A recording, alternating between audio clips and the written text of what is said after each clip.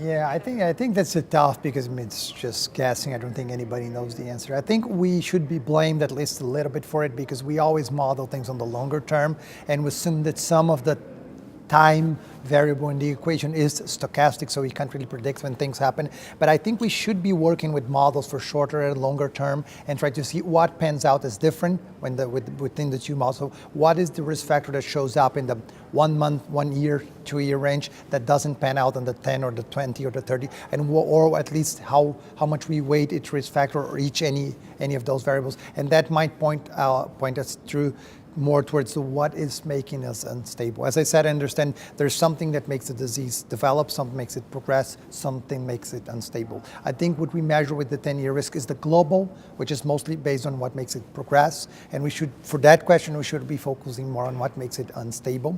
And I don't think we have that much of a clue any way it goes. So I think potentially biomarkers, but more systemic biomarkers. I don't think local plaque information is what would going to give us that. I think that's a very short-term part of the equation that we won't be able to gather in like a cohort study.